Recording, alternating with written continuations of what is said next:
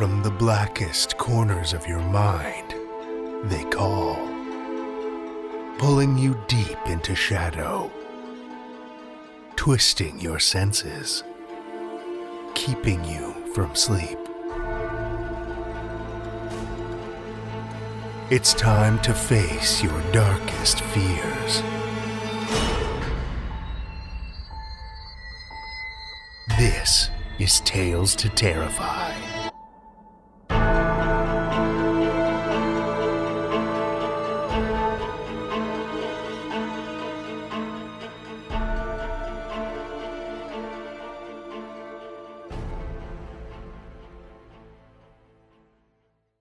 Good evening, children of the night, and welcome. Well, it's the moment you've all been waiting for. After all of the lead-up and submission reminders, we've selected the winner of our first ever flash fiction contest. We had over 50 entries and some amazingly well-crafted tales.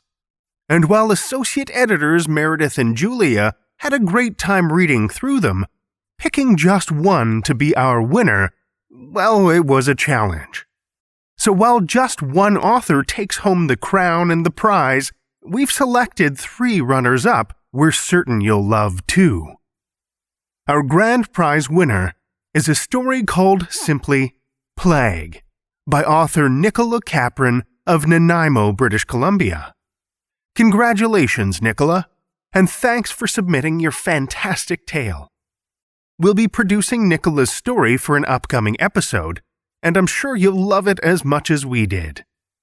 Joining Nicola on that episode will be 3 runners-up: Erica Rupert's story, The Wind, the Sand, John Waite's Exhibit Label, and Frauke Uhlenbruch's Skin Suits.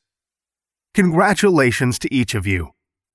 It'll take a little time to get the stories narrated and put together, but keep an ear out for our special Plague Flash Fiction episode in the coming months. And again, thank you so much to everyone who entered. Speaking of special thanks, a huge shout out this week to patrons Alexei Gladilovich and Karen Branosa, as well as to 3 of our newest patrons, Bryony Copnell, Amanda Bowen, and Noga Briannes, for fueling our nightmares with your generous support. We truly couldn't do this without you. As for me and my water situation that I mentioned last week, well, the swamp in my basement has receded and things are starting to dry out, but the chaos of boxes, furniture, and drying equipment have turned my office into a damp labyrinth. So, while I was hoping to hit the road again this week, I hope you won't be too disappointed if we sit one more out. The good news, though, is that we have plenty of fearsome fiction for you this evening to tide you over. Let's get to it, shall we? Our first story for the evening comes from Mark Towse. After a 30-year hiatus, Mark recently gave up a lucrative career in sales to pursue his dream of being a writer. His passion and belief have resulted in pieces in many prestigious magazines, including Suspense Magazine, Flash Fiction Magazine, Pear Abnormal, Raconteur, Books and Pieces, The Horror Zine, Antipodean SF, 2228, Montreal Writes, and many more. His work has also appeared 3 times on the No Sleep podcast, and other productions such as The Grey Rooms and, right here at Tales to Terrify. 14 anthologies to date include his work, with a further 8 anthologies set for imminent release. His first collection, Face the Music, was recently published by All Things That Matter Press.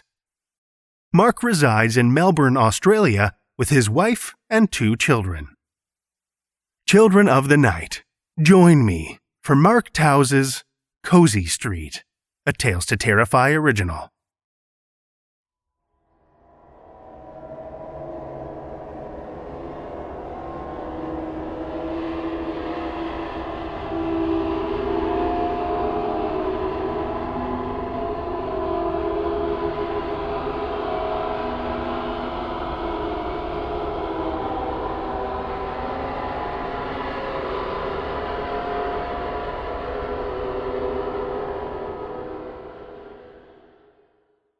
There is so much crap in the mailbox.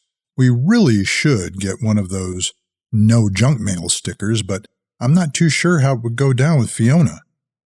I do love it around here. It's so friendly. Everyone carries a smile and has time for a chat, apart from the grumpy old lady Marge at number 16 who just needs to hurry up and die. Usually I struggle to settle, get itchy feet. But this place really is starting to feel like home. Number 6, Cosy Street. Yes, we are happy here, Fee and I. Bending down, I begin to rip a few weeds from between the cracks of the path, and my back sings out in a delayed but angry protest.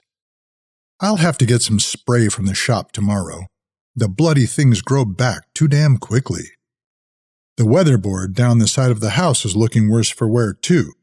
As for the windows, they are so filthy you can hardly even see the faded neighborhood watch sticker on the inside. I'll try to get around to them today. I move the kids' bikes from the side of the house to the back. No point leaving them on show. It's almost as if they want someone to steal them. Fee gets sick of telling them the same thing. Fortunately, we don't have much trouble here, but you can't be too careful. Jeff from 2 doors down is home from work early. He's watering the plants and gracing the neighborhood with an awful Dean Martin rendition. He should pay as much attention to his marriage, and then perhaps his wife Judith wouldn't be knocking at number 32 every time he leaves for work. Nice guy, though. Sometimes we chat for ages. I couldn't tell you about what. The patio door reflects my sallow face, and I instinctively feel even more tired than before. My back is getting worse, but all the tablets seem to do is make me drowsy. I took twice the dose a couple of hours ago, but I can still feel the niggle, ready to strike and do its worst. As I slide the door open, I'm confronted by carnage. Clothes and toys everywhere, breakfast dishes from this morning overturned in front of the television, and the faint but rancid odor of cat piss. I hate cats, especially ours. It's me that changes the litter, though. I guess that might explain it. I can't blame Fee for any of it. She needs to drop Jack and Anna before school care and then negotiate her way through heavy peak traffic. She's always complaining about how bad it is, the number of assholes on the road.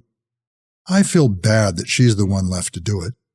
God knows what time it was when she woke me this morning, but it was well before the sun started to do its bit. I reach for a carton of milk and pour some into a glass that's been left out. It still has Fee's lipstick on the side. There is only a drag of powder left in the chocolate malt tin, so I pour it in and stir, making a mental note to add it to the shopping list. The nasty smell is beginning to subside as I climb the stairs, replaced with the familiar scent of one of Fee's perfumes.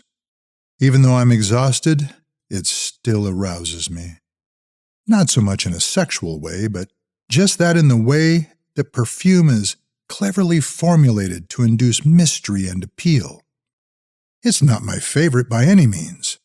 That one is in the pyramid-shaped bottle and reserved for special occasions. Tonight, for instance. Christ, I look like shit. I throw some water on my face and pat myself down with the brown hand towel. The electric toothbrush takes away the mysterious coating that has developed on my teeth and tongue, and I finish with a swig of mouthwash. Wrestling with my sweater as I step back into the bedroom, I try not to make any sudden movements, but keep my eyes shut tightly in preparation for pain. Thankfully, it's just a mild twinge. I unbuckle my belt and turn back the sheets, face screwed up with anticipation as I gently lower myself into the unmade bed. Relief kicks in when I let the mattress take my weight, and as I sink into the still warm sheets, the familiar cocktail of perfume and fabric conditioner providing further comfort. A glance at my watch tells me it's 10:30 a.m. I'll just rest my eyes for a couple of hours, and then I'll do my jobs. I'm sure the crack in the ceiling is getting bigger. Can't be 100% though. Since taking the extra dose of painkillers, my vision has started to get a bit hazy. Now, as I lie here, motionless, I'm starting to feel quite lightheaded. The room is starting to wash over me in a series of waves, and that crack? It's coming for me. Getting closer. What the? The front door. That was the front door. Shit! What time is it? I throw my legs out of bed and grab my clothes from the floor. 5:15 p.m. Fuck! Fee's home! I didn't even get a chance to tidy up. My heart thumping and with a lurching feeling in my stomach, I make the bed and frantically pat the sheets down. I catch sight of myself in the mirrored doors of the wardrobe and suddenly feel pathetic. But no relationship is without its ups and downs. Fumbling with my pants, I hear the kids chasing each other through the house, no doubt on the way to the snack cupboard, and then to fire up the games console. "Slow down," Fee shouts. It's the same every night.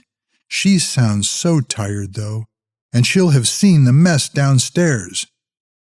Damn, she's coming up. Normally she pours herself a glass of wine. "The babysitter is coming at 6. I want you ready for bed by then. Bedtime is 7:30. I want to offer my help, but instead quietly slide the door open and crouch behind the veil of dresses. I'm scared. I hold my breath. There are random prickles over my body as I hear the hallway floor creak. Did she hear me? This will ruin everything. But there are no signs of distress or fleeing footsteps. And I afford myself a big sigh of relief. The feel of her soft nightgown against my cheek begins to calm me further. Together again. "Hey." "Yeah, I'm fine. Just tired." "No, of course, I can't wait." 7? "Yep." "Aw, you're so sweet. See you soon. Bye." Tom, the prick. Fee's voice usually makes me feel special, but when she's talking to him, it makes my spine shudder. We were fine before he came along. I guess he won't stick around, though. They never do. Can't handle it. The children. I'm different, though. Loyal. Love the kids just like they were my own. Sometimes we play rock, paper, scissors if I catch them before or after school, which I normally do as I know the pattern. Often, on an afternoon or early morning, I hide behind the row of trees in the back garden and watch my family play together. It gives me such a warm feeling. I've stayed with others, but never really felt the same sense of belonging as I do here with Fee and her children. The soft sound of her gray skirt landing on the carpet makes me feel uneasy and awkward. However, at the same time, I can't help but crane my neck to look through the gap. She unbuttons her shirt, throwing it on the bed, and I nervously watch as she reaches behind to unclip her bra. I love her. Mother says I fall in love too easily, that I'm too trusting with people. She also says that if I can't even keep my room tidy at 35 years of age, there's little hope of being able to look after anyone else. I think Fiona loves me, though. Sometimes I'm sure I can see it in her face when I pass her in the street, the nervous glimmer in her eyes and slightly flushed cheeks. If I put the effort in and stick around, hopefully she will begin to appreciate me and see me for what I am. When I hear the shower turn on, I shift position. Bloody back is killing me. I peer through the gap to make sure she's gone and carefully raise myself, quietly sliding open the door. She's singing now. She sounds happy. But Tom isn't the one. Tiptoeing across the carpet, I reach towards her skirt and remove the underwear, placing it in the pocket of my joggers. I know what you're thinking, just the typical pervert. But it's genuinely not like that. You must understand that I love this woman. For me, this is a relationship. So nothing is sacred. Besides, she won't miss them. She is always too busy to notice, just as she never notices the clean cat litter, or the tidy garden, or the items in her kitchen that I often replenish. They never do. But as I said, this is different. I knew that I loved her as soon as I saw her, and watching them all together from behind the line of conifers only made the feeling stronger. She should lock the patio door. Overcomplacency in a neighborhood that is never actually around to watch. Ironically, the first leaflet I delivered here was advertising security systems, video surveillance, burglar alarms, etc. I remember it well, as it was the first time that I met the kids. I knew it was the place for me. Got me a regular around here. The rest is history. There are other day creatures like me, watching, waiting, interacting, and some are not as nice. Some of us deliver pamphlets or newspapers, and others operate under the guise of door-to-door sales or collecting for made-up charities. But when you close that door behind you, shaking your head or cussing and throwing the crumpled leaflet in the bin, don't always assume the relationship is over. I am jealous of Tom, but it will be me that will climb in bed with her tonight, nestling into her warmth, the softness of her hair against my cheek. One day, perhaps I'll be able to stay there too, instead of silently slinking back into that tiny closet.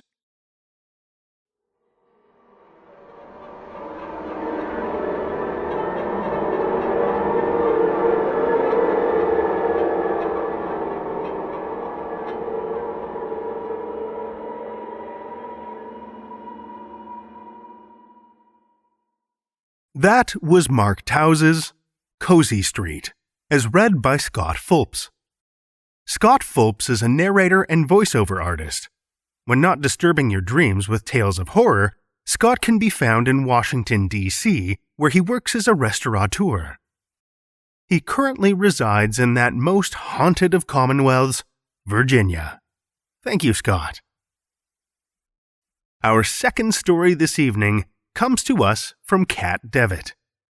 Kat Devitt's short stories have appeared in Books and Pieces magazine, TWJ magazine, Suspense magazine, and other venues, with work forthcoming in Corvid Queen, The Weird and Whatnot, and Periwinkle Literary Magazine.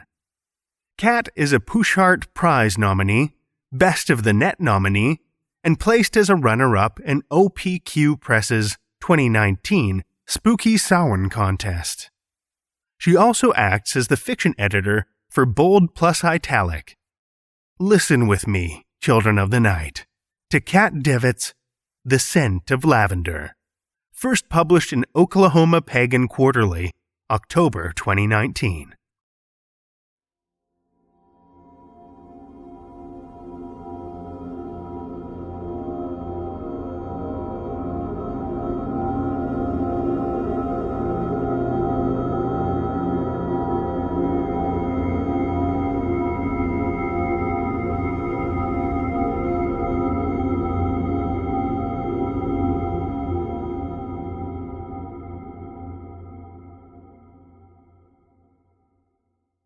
She came to me through the scent of lavender, curling about my nose like smoke. "Honora?" I asked. "My sweet? Is that you?"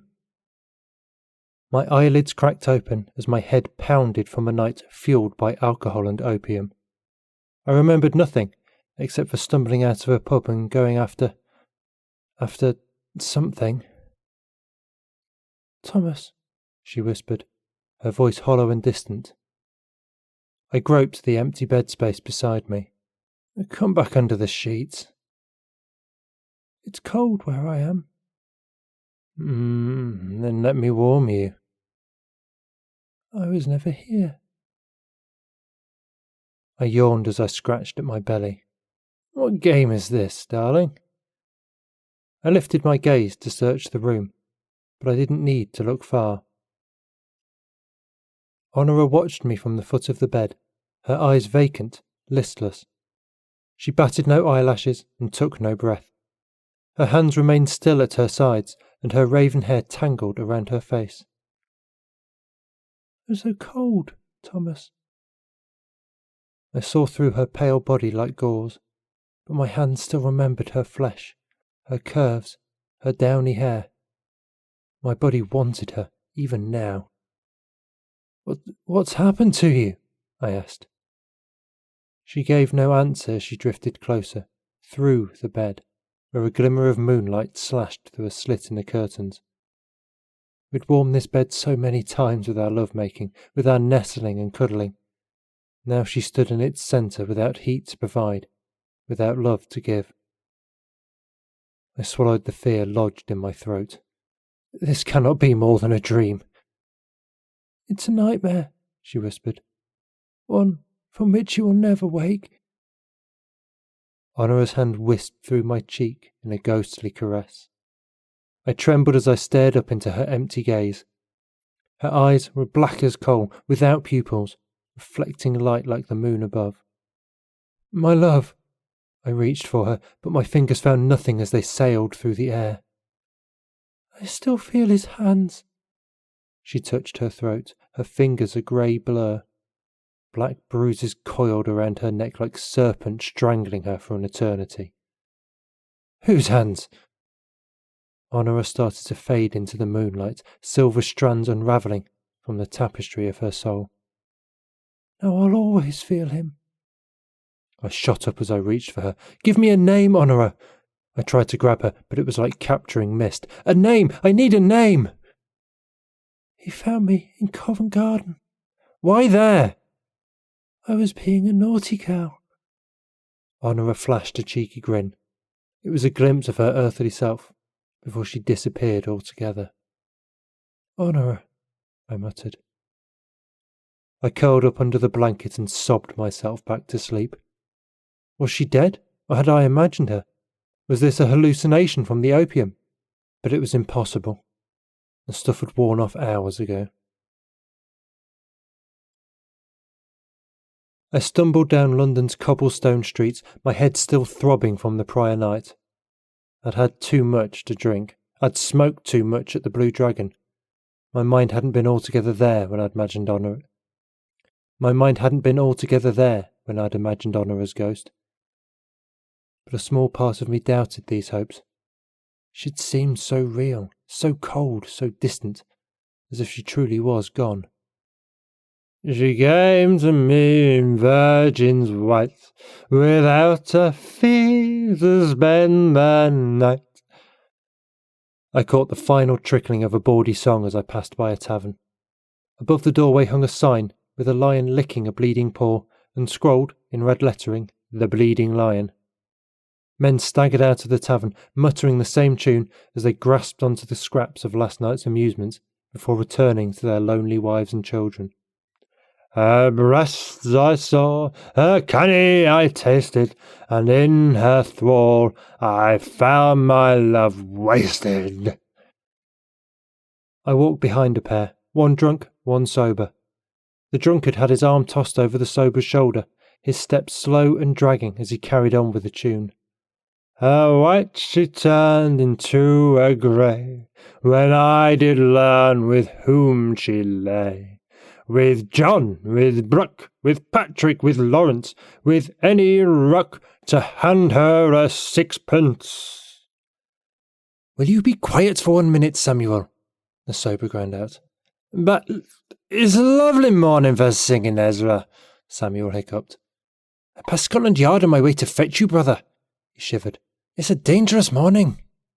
Someone's always dying." Samuel's head rolled back, his greasy blonde hair hanging from his pasty head. "Oh, she came to me in virgin's white, without a fee to spend the night." Scotland Yard? I asked. Ezra stopped, pivoting himself and his brother on a rough angle. His eyes narrowed as he gave me a look over. You! Samuel snapped to attention on a hiccup. You devil! Hush up, Samuel. Ezra shook his head. He doesn't take kindly to strangers after a night of drinking. I worried my hands. I'm sorry. Did I hear you say Scotland Yard? Yes, investigating a murder from the looks of it. All my hopes dissolved. Excuse me, I must be on my way. I started down the street. Are you all right, sir? Ezra called. I ignored him as I pushed and shoved through the street. His calls faded into the distance, but one word drifted over the cobblestones and wormed into my ears. Devil! I didn't look back. A crowd had gathered in front of Drury Lane Theatre. Scotland Yard patrolled the area as fog clung to the theatre's whitewashed walls, coiling around the pillars of the portico. It looked more like a mausoleum in the morning shadows, rather than a house of entertainment and pleasure, an escape for the droves. Excuse me, I murmured as I shoved through the crowd. Excuse me, pardon me, must come through. My gaze slid across the scene as I settled in the front, pausing on a body crumpled beside a column. Her dress was torn to tatters, her hand stretched out, as if reaching for a saviour. My veins stopped flowing. Strangely, those slender fingers pointed in my direction. I found myself stretching a hand out, as if in death I might grasp my sweet, for only she had fingers so perfect. Move along! One of the men of Scotland Yard wielded his wooden cudgel, ready to strike at the crowd. Go on, move! I didn't listen to him. I studied the tangled ebony hair hiding her face, her fading yellow dress, one my honourer once wore, and flowers scattered all around, daisies, roses, and lavender. There was no doubt in my mind it was her. Move! The man shouted in my face. This time I listened to him as I removed myself from the curious eyes, seeking a glimpse of London's latest murder. I stopped in front of a bakery, its sugary scent tickling my nose as I fell back against a brick wall, my heart pounding a tribal rhythm in my chest. I wanted to scream her name over and over again, but I said nothing. It wasn't a dream. My mind hadn't been addled by the opium fumes I so loved to inhale. She visited me last night. Psst! You there! A woman's voice. I rubbed my eyes. Hello? Over here! I glanced to my right, down Catherine Street. I saw nothing remained of the crowd except Scotland Yard performing its investigation. Not that way. A sigh. To your left. My gaze followed the voice to the slender, shadowy figure of a woman. She stood on the edge of an alleyway, her emerald green skirts muddied at the hem. Yes, you. Come here. She glanced over her shoulder. Come here, Thomas. How do you know my name? She gave me a look filled with meaning. Honour her. Her skirts rustled behind her as she disappeared into the alley. Wait! I called. I tailed after her, skidding on the muddy cobblestones. I came close to falling as I turned the brick building's corner, when a set of feminine hands lashed out to grab me by my lapels. She dragged me into the alley, stopping me from landing on the fat of my derriere. Don't talk! She slammed me up against the wall, her hand over my mouth. What is the meaning of this? I muttered through the cracks of her fingers. Shh! She glanced over her shoulder, watching the opening of the alley for a good minute. After she was satisfied, she turned her blue-eyed gaze onto me. You don't know who might be listening. She removed her hand, pressing a finger to her lips. Her signal read, Quiet. Who are you? I asked. She blew a chocolate strand of hair from her face, her dark gypsy eyes alight with anticipation. Her lips crooked into a smile, her ruddy rouge emphasizing her sharp cheekbones. She might have been pretty, if not for all the paint. A friend of Honour's. I took a deep breath, like whiskey to calm the nerves. She had many friends. She eyed me up and down, her tongue running over her bottom lip. Her hand wandered over my rumpled coat, my unkempt shirt, and down lower to my breeches. Oh, whoa! I shoved her hand away. Don't touch me there! Now it's not a mystery why Honour fancied you, she winked. Fine grey eyes, Muscles under that fussy pleated shirt, and a big cock. That's quite enough, I shouted as I pushed her off me. Come now, sweeting. Her tone dropped to a siren's call. Don't be such a prude. Who in God's name are you? She paused. Cora Andrews. Anger inched from my toes to my temples. You filthy whore! I pushed her hands away from me. What are you doing sniffing around here? I suppose Honora told you about me. You led her astray into her distasteful lifestyle. You mean whoring? Selling our favours at night? I uncurled my fingers, not realising I'd fisted my hands. She quit that behaviour little after she met me. She cut ties with you. She still lives in my lodgings. Cora might as well have thrown cold water on me. What? Thomas, she never stopped. No, she told me she was selling flowers to support herself. You never proposed marriage to her, and being a flower girl wasn't enough to afford a roof over her head and food in her belly. You're a deuced evil witch to make me think she lied to me for the last year. Cora shrugged. It's the truth, though. You never made her a wife, nor offered to support her. What else was she to do? You're calling my Honora a whore? Prostitute, doxy, ladybird, light skirt, lady of the night, whatever you wish to call a woman who takes many men between her legs. I gnashed my teeth as if I might grind them to powder. My vision blurred, seeing nothing but hatred for this Cora Andrews. I was waiting for the right moment to tell my father I'd found a bride, but without revealing Honora's history. He'd never have accepted a doxy into the family. He'd cut me off if I tried. She sneered. Ah, yes, waiting for the Viscount's approval, Honora told me how hard you tried. I lashed out and grabbed her wrist. Don't judge me, you little gutter snipe. Honora said you had a temper. A fine pulse beat at the base of her neck, blood flowing beneath that flesh like a pump. She was scared. When was the last time you saw her? Yesterday afternoon. My hand loosened a little as I remembered the afternoon dwindling on Catherine Street. She had stood by Drury Lane Theatre, twirling lavender between her fingers. She batted my shoulder with it, its petals scattered across the cobblestones. She offered it to me for $1, but I didn't have the coin to pay her. I tried coaxing her to come to my lodgings, but she refused, claiming she was tired and needed to return home. You won't let me sleep if I go with you. So I kissed her goodbye and left her there as dusk thinned into night. I loved her so much. I turned to dash a tear away. I should have taken her to my home. I should have never let her go. Cora placed a hand on my shoulder.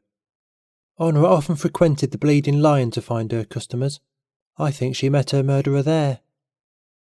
I sniffled as I looked into her rich brown eyes. Why are you sharing this with me? We can try to figure out what happened to her by retracing her final hours. For what cause? Finding her killer. Cora took my gaping pause as encouragement.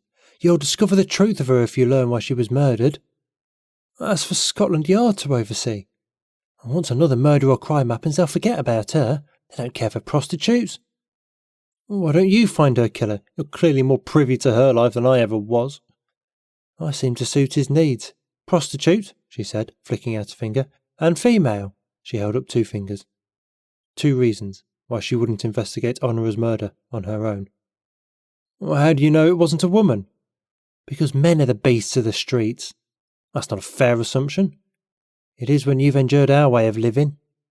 Cora unrolled a sleeve, revealing a jagged scar slashing its way under her lace. This one cut me when I refused him service. He wouldn't pay me enough.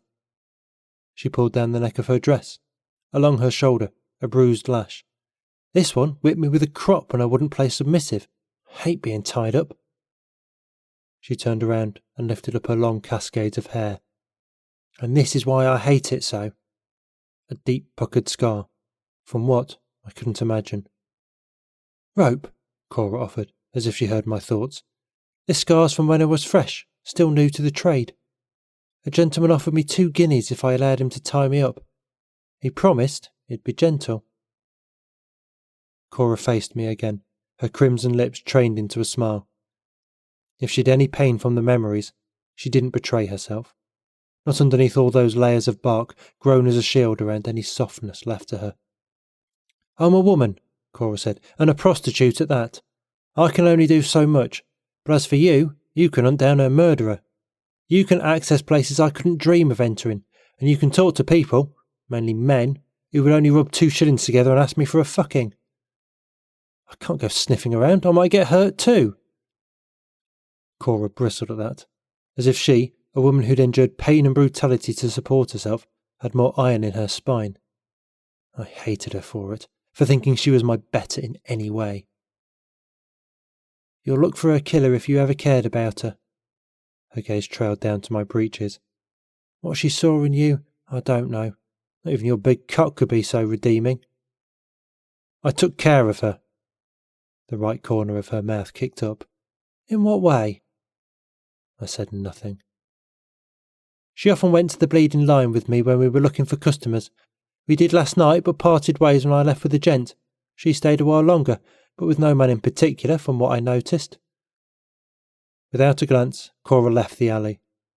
I stood there, lost, without purpose or resolve, when a whiff of lavender tickled my nose. I jerked to attention and looked around, finding only shadows playing against the alley's walls. It was then that I took Cora's purpose and made it my own. I shoved open the door to the bleeding line. Whiskey, gin and sweat scented the room. 2 men sat in a corner in a drunken stupor, their heads tilted back, snoring as they slept away their headaches. A barkeep stood behind a counter, wiping down the grimy wood with a rough cloth. Could any of them be Honora's killer? "Excuse me." I crossed over to the only sober spirit in the tavern, the barkeep behind the counter. "Excuse me, sir." The barkeep shot a glare in my direction as I scuffled over. "I ain't a sir." "Might I ask you a few questions?" He slapped the cloth onto the counter. "We're closed." "I won't be long." "You're already 3 minutes overstayed." He turned his back to me, his gaze perusing the liquors lining the shelves behind the bar. I watched as his index finger brushed against the glass, passing from bourbon to ale to whiskey. I shook a little at this blunt disregard. I wasn't made for this questioning business, like the detectives from Scotland Yard. I couldn't go around sniffing, asking questions, even if Cora believed I could access places closed to her. No one respected me. But then she entered my mind. Honora smiling up at me with those glimmering, chocolate eyes of hers, her raven hair splayed out on my feather pillows, her fingertips brushing against my cheek, her mouth questing for mine. Tears heated my eyes. "Listen to me. Now I told you to—" My fist pounded down onto the counter. "Listen to me!" The barkeep whirled around, a knife in his hands. He was ready to pounce over the counter and take that blade to my throat. But he didn't frighten me. Nothing frightened me. I already saw death once this morning. "Leave before I cut your bollocks off," he snarled, priming for a fight, as if he'd warded off many angry and sullen customers in his time tending this tavern. "My lover is dead. And so's his." He pointed the blade towards the burlier of the 2 drunks in the corner. "Dead for 3 years from a house fire. What makes ye special?" I wiped away the tears coming down my cheeks. "Mine was found dead this morning." He lowered his knife a little. "What happened to her?" "She was the one found by Drury Lane Theatre." "Bloody hell," he muttered, hiding his blade up his sleeve. "Murdered?" I sunk onto a stool. "Yes." For the first time, I sobbed for her, closed up in the shadows of a dingy tavern where she'd probably sat on many a drunkard's knee, whispering in his ear all the pretty things she'd love to do to him, for a shilling or 2. The barkeep turned around. "What you drink?" "Whiskey. Jameson." Liquor splashed into a glass. "Me name's Josiah." "Thomas." Josiah placed the glass in front of me, and without a drop spilt. He'd been serving patrons for years, from what I could tell. He might have served me a time or 2, if I could even remember those nights. "What questions would you like to ask me?" Josiah asked. I stared up into his harsh face, hammered out by years of dealing with unruly blackguards and drunken fools. He had a scar above his right eye. His nose was a little crooked, as if healed up improperly from a brawl. "Her name was Honora. She was a whore." I often came here to solicit customers. I took a swig from the glass. Or so I've been told. A rough life those girls live. Josiah scratched at his bald head. Even rougher for the men who love 'em. Do you remember her? Lots of whores come here. Most I don't know by name. I took a deep breath. I hated this questioning business. She came in with a woman named Cora Andrews. His brow shot up. Cora? They were friends. Well, I'd never forget that name. Trouble in skirts. Josiah huffed. Comes in every night, often with a dark-haired woman. I looked up from my drink. Brown eyes? A slender body? Willowy. He cupped his hands in front of his chest, saying, and a fine set to match. I shuddered at the thought of another admiring my Honour's body, but I simply nodded. That's her. Josiah tapped a meaty finger against his chin, as if raking over his memories. She and Cora came in here last night. I sat up a little straighter. They did? Aye. Maybe I had a nose for this questioning business after all. Did you see her leave with anyone? I asked. Aye, comes here every night. He lowered his voice, leaning in a little. His name's Samuel. Either the whiskey was hitting me, or I recognised that name. I couldn't place it, but I'd heard it before, somewhere recently. What's he look like? I asked. He's a sticker man. Josiah took his cloth and rubbed at the counter, his brows furrowed like a bull's. Always drunk. Yellow hair. Always looks like he's never washed it.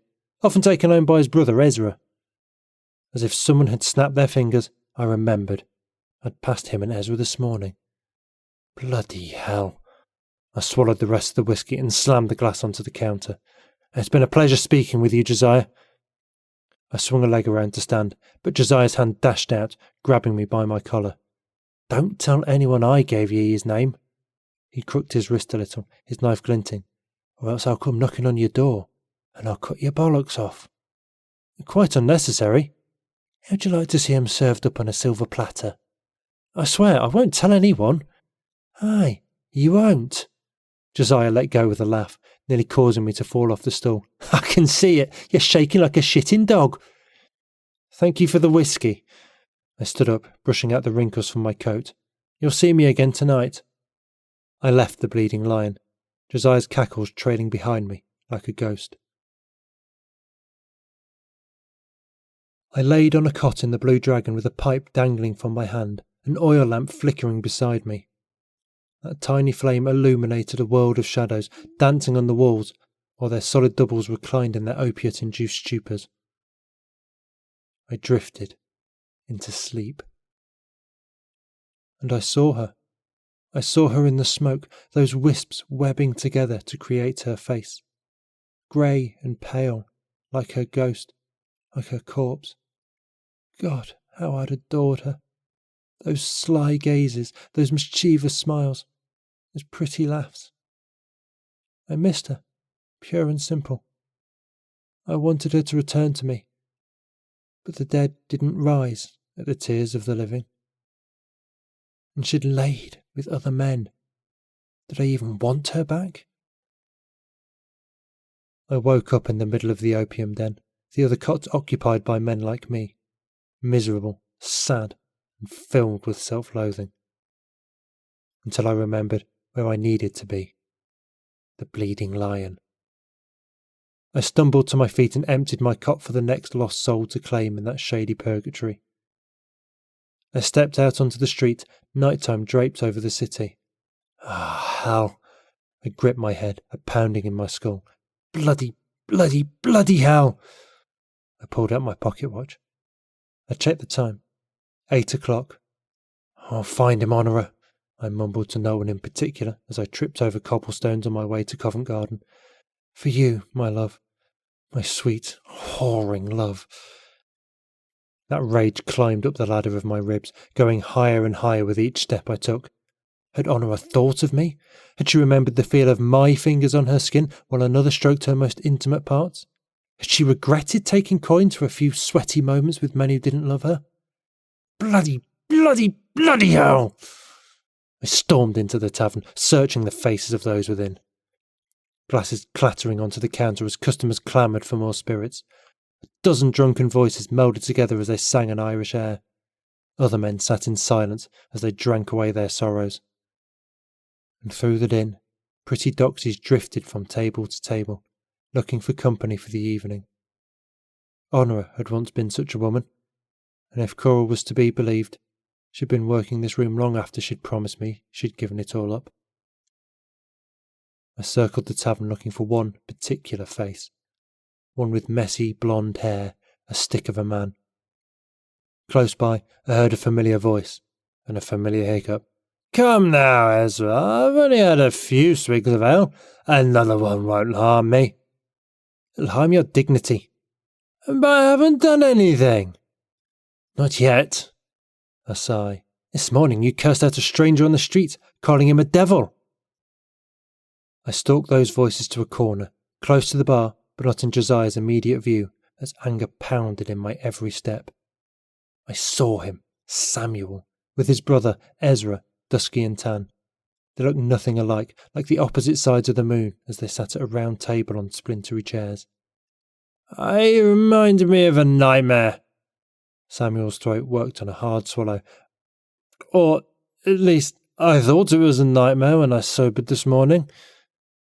"Of what?" Ezra leaned back, snarling like a wounded dog. "I can't say. I don't even know if it was real or imagined." "You'll be deemed insane if you continue on this path."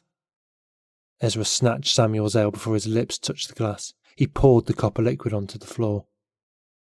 Samuel stared at the stain as if he might lick it off the floor. "Why'd you do that?" "You're poisoning your mind with it, spinning tales and inventing stories." Ezra pushed out his chair, anger twinkling in his brown eyes. "Don't expect me to drag you home to your wife tonight, or any other night for that matter." Ezra stormed out of the Bleeding Lion, led on by his disgust, leaving Samuel to contemplate the stain. Samuel hung his head, running his slender fingers through his greasy hair. His sides shook as if a sob racked through him. Pitiful, was all I could think as I watched him in the tavern's din. Samuel lifted his head after a long minute, his cheeks puffy and red, his eyes wet and bloodshot. But then his gaze fell on me. "Devil."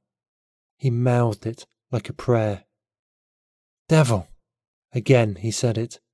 He rose from his chair, his movements slow, beleaguered by drink, as he forced his way into the crush. I followed him through the men drinking and singing, women carousing and cavorting. I caught up to Samuel in the doorway. I grabbed him by the collar and slammed him up against the wooden frame, a gasp leaving him. "You," Samuel whispered. He trembled as if he couldn't hold in a piss. I wanted to end his life right in that doorway. "Murderer," I hissed. But Samuel didn't seem to hear me. "You're not a dream."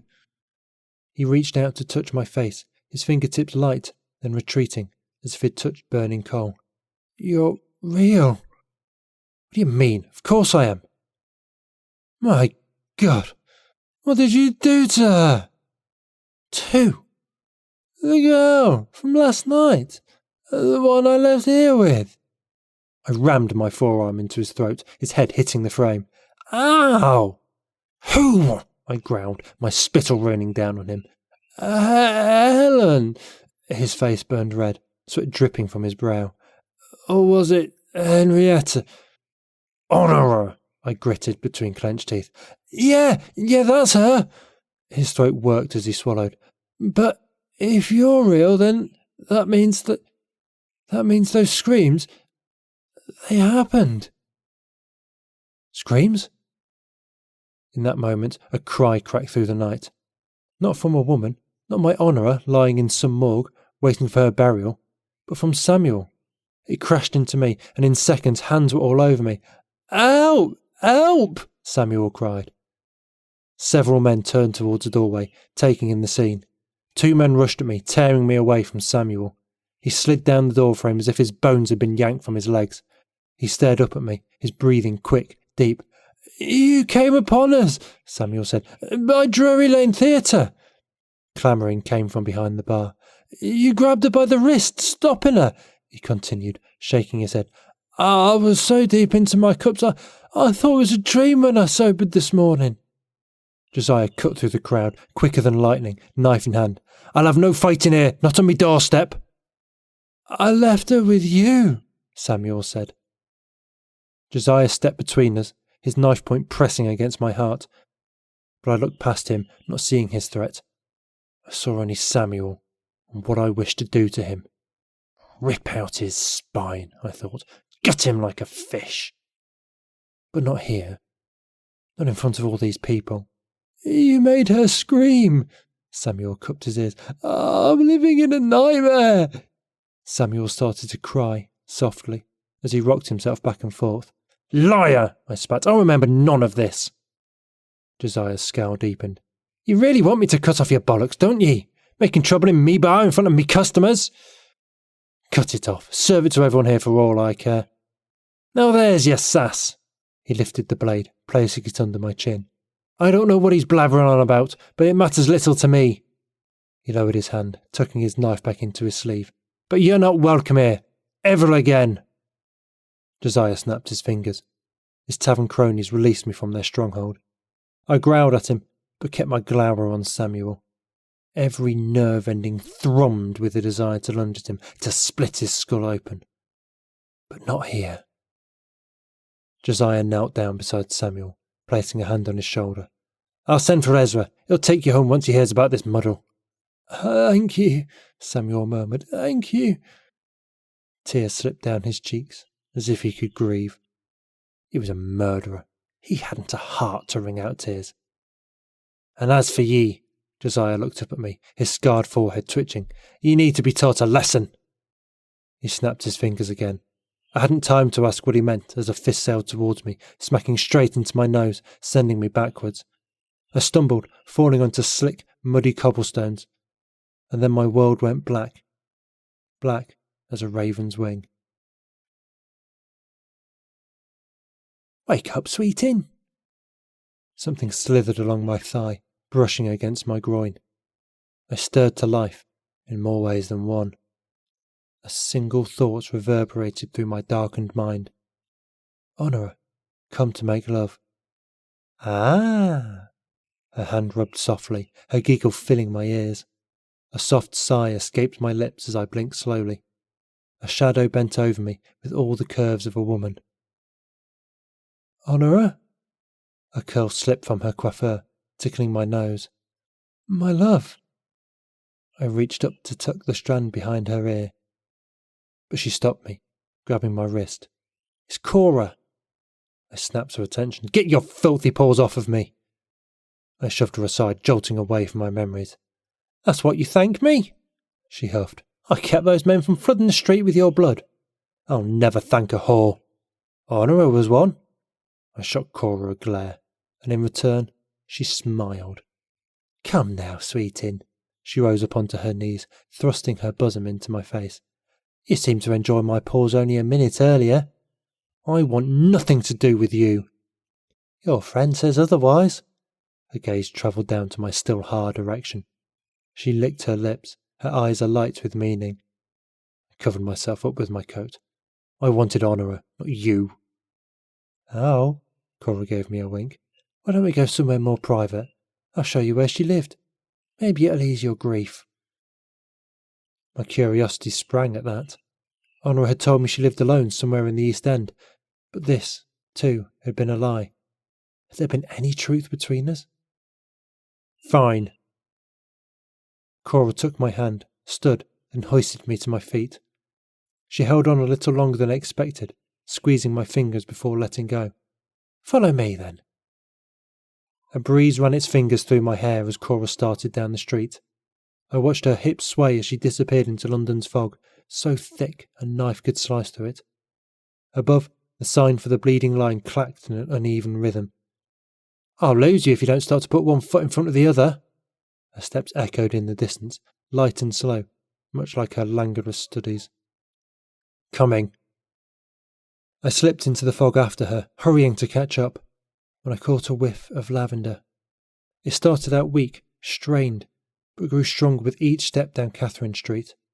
It was as if I was strolling in an English garden, rather than down one of the seediest parts of the West End.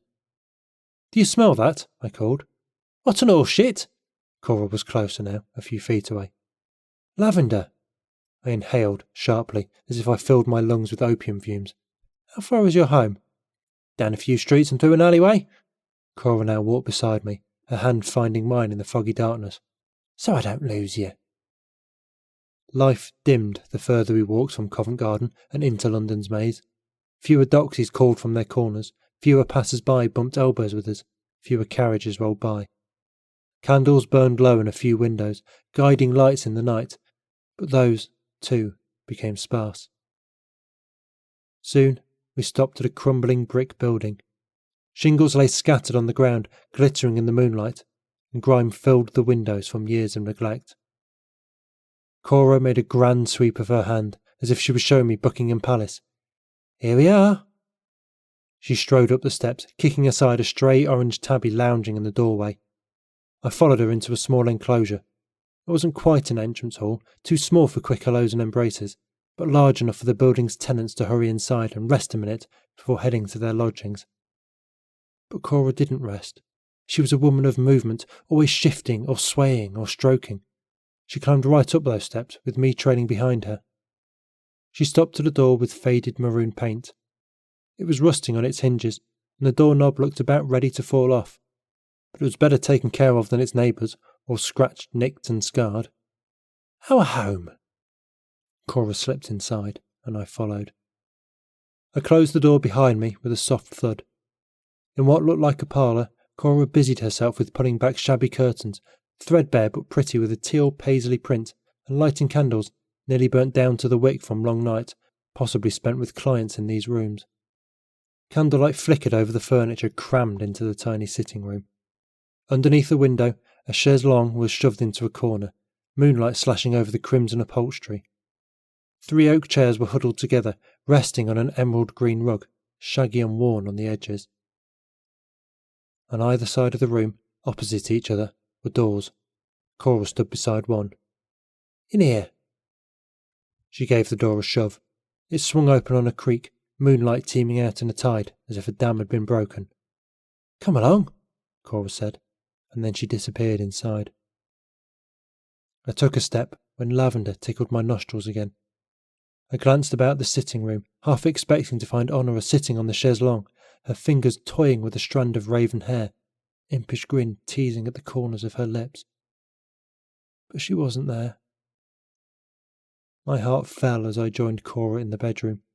It was smaller than the parlour, no bigger than a cupboard, with only a narrow bed, side table, and a clothing chest to fill its space. On the side table was a vase brimming with lavenders and daisies, wilting, the only beautiful thing in the lodgings. I walked over to the table, tears burning my eyes. This was how she lived? I sniffed the flowers and thought of my Honora, her sweet, gentle smell, her soft flesh. I wanted nothing more than to hold her hand, rather than the vase's smooth, cold glass. Cora's skirts rustled in a corner. Was he her killer? Who? I asked, not turning. The man you nearly came to blows with. No. I wiped away my tears with the heel of my hand. It turned out not to be him. We must keep searching. Devil, I left her with you. That night was filled with darkness. Hours absorbed by a drunken, opium-fueled stupor. I couldn't remember anything between visiting the Blue Dragon and waking with a pounding in my head. Where had those hours gone? What had happened? I can't, I said. I'm done. I want to grieve for her. Alone. You can't quit now, not after one day. Cora took a step closer, crowding me into the corner by Honora's bedside. Look at the progress you've made. You found out who left the bleeding lion with her. Now find the next crumb on the trail. Talk to that man again. Screams, I thought. Samuel had heard screams, and I'd been there. I said I'm done. You owe it to Honora. Cora laid a hand on my shoulder. She was fond of you, but endured too many of your antics. I whipped around. I was never anything but charming to her. Opium-fueled blackouts and drunken afternoons are far from charming. Then why was she so fond of me? You took care of her, gave her pretty things. Cora winked. She fooled herself into thinking you, the son of a viscount, would marry her. But women like us don't go to the altar. We get used and used until we're old and grey, and we're left in the streets to starve. Did she ever love me? She loved how you could take care of her. Cora placed a delicate hand on my stomach, massaging little circles lower, until her hand was on the inside of my thigh. She loved your size, your girth, different compared to all the other men who jab us with their little pricks. Don't touch me. Why not? She brushed my groin, teasing an erection. You seem to like me. Another wink. I grabbed her wrist. I'm tired of your games. We're wonderful partners. You make trouble in taverns and hellholes, and I ward it off. Cora's gaze wandered downwards, her lips curving into a smile, as if she was an artist admiring a painting she'd completed through her hard work. While we look for Honora's killer, we can come to an arrangement. I don't want you. Lavender teased my nose again. I craved her like opium, like a sedative. I'd take her ghost, her soul, if it meant I could keep some trace of her with me always. Why not? Cora asked. I'm not a fool. I know you won't marry me. She stood up on her tiptoes, her lips grazing mine. My hands wandered up her back, pulling her closer, tasting her, enjoying her flesh. But something was missing. If you treat me like you did Honora, I won't take other men into my bed, like she did. I broke away from her. I don't like whores. I grabbed Cora by the wrist and spun her around, pinning her against my chest. Least of all you. Your body says otherwise. She ground her derriere into me. I groaned. I remembered Honora tempting me with her body, her playful smile as I caught her about the waist, her pushing my hands away and scolding me. No, I must be off, she'd say. It's late. I need to be home before dark. But she didn't go home. Within hours of our love-making, she was at the Bleeding Lion scouting out customers. Other men groping her, caressing her, breathing on her. I wrapped my hand around Cora's throat, eager to squeeze sense into her. My mind says you're wicked. Oh, you like it a little rough? Cora chuckled. I've had customers before with the same proclivities. You won't scare me away. She said that as if it was a promise. I dug my nails into her throat. You're the last woman I'd take to my bed. Just a little pressure. Just a little harder. Cora's hand flew up to her neck. She's dead. You might as well take loyalty where you can find it. Honora had outwitted me. She'd said she'd give up her life of prostitution. She fed me lie after lie, promising she only sold flowers to earn a wage. How did I not see through her? I wouldn't allow another to abuse me again. I won't have you. My fingers clamped down. I won't be made to look like an ass again. Harder. Harder. Cora clawed at my hand. My grip tightened. You're choking me. Her legs flailed as if she was a dancer. She targeted my groin, but I held her tighter. Tighter. I snarled, gnashing my teeth as I wrung the last of her life from her body, taking it, until she flailed no more. Thomas? My name came softly from the sitting room. I peered through the doorway, choking on the odour of lavender. Honora sat on the chaise longue, her soulless eyes locked with mine. Honora? I asked, overwhelmed with happiness. Honora, my love, you've come back to me. She lifted her curtain of ebony hair, revealing the bruises on her neck. You don't remember? What happened to you? I began to tremble. Tell me! Opium, alcohol, and your anger. That's not an answer. Honora pointed. I glanced down, finding Cora limp. Her body rested against mine like a giant doll, strands of hair loose, her lips slightly parted, and her eyes filled with permanent fear. She'd go into eternity looking like this. You did to me what you did to her. Honora flashed a smile filled with mischief. You found my murderer, Thomas. It's you. It can't be. My gaze swung to her. A silhouette glimmered as she faded before my eyes, her spirit disintegrating into peace. Goodbye. She was gone. The lavender was gone. It was only me and a corpse, alone in her bedroom. I sank to my knees, Cora's head falling into my lap. I wept for my honourer. I wanted to take back my anger, but I couldn't. I had to live with its permanence. My fingertips brushed over the rouge on Cora's cheek, the paint on her lips. I lifted my hand, finding ruby-red smudges, much like blood. Whore. I staggered to my feet, crushing the sprigs of lavender scattered on the floor. Bedding for my honourer, and now Cora. She'd rest there until I found a way to dispose of her, perhaps by dumping her into the Thames, or leaving her under the portico at the Drury Lane Theatre. Desire ran through my fingertips as I stared down at Cora's body. I wanted another whore.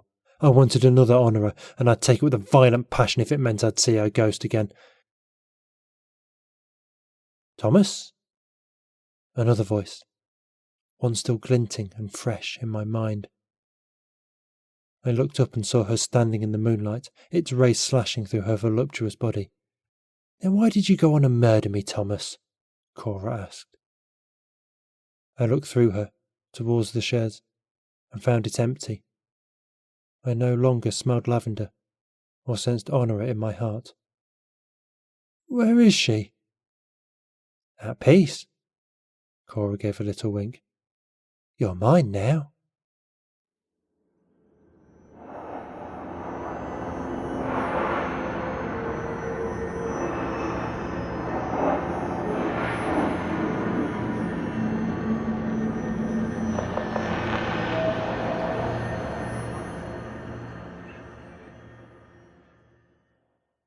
That was Cat Devitt's The Scent of Lavender, as read by Matt Dovey. Matt Dovey is very tall and very English, and most likely drinking a cup of tea right now. He has a scar on his arm that he can't remember getting, but a terrible darkness floods his mind when he considers it. He now lives in a quiet market town in rural England with his wife and 3 children. And despite being a writer, he still hasn't found the right words to properly express the delight and joy he finds in this wonderful arrangement. His surname rhymes with Dopey, but any other similarities to the dwarf are purely coincidental. He is the Golden Pen winner for Writers of the Future Volume 32, 2016, and has fiction out and forthcoming all over the place. You can keep up with him at mattdovey.com or follow along on Facebook and Twitter, both as @MattDoveyWriter. Thank you, Matt.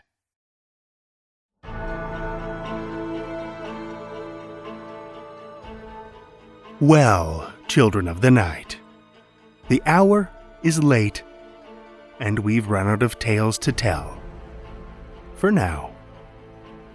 Tales to Terrify is made possible by the tremendous generosity of our supporters through Patreon and PayPal. If you're not already a supporter, head over to patreon.com/Tales to Terrify for a look at all the awesome perks, from ad-free episodes and bonus content to shoutouts and swag. Every dollar helps, and we appreciate it so much. If you're looking for another way to help, why not drop a rating or a review on Apple Podcasts, Spotify, Stitcher, or wherever you listen to podcasts. Ratings and reviews are an easy way to show your appreciation and help us spread the darkness. Tales to Terrify is produced by Seth Williams, Pete Morcellino, Meredith Morgenstern, Julia Zellman, and myself, Drew Sebastini, with original theme by Nebulous Entertainment. Tales to Terrify is distributed under a Creative Commons Attribution, Non-Commercial, No Derivatives license.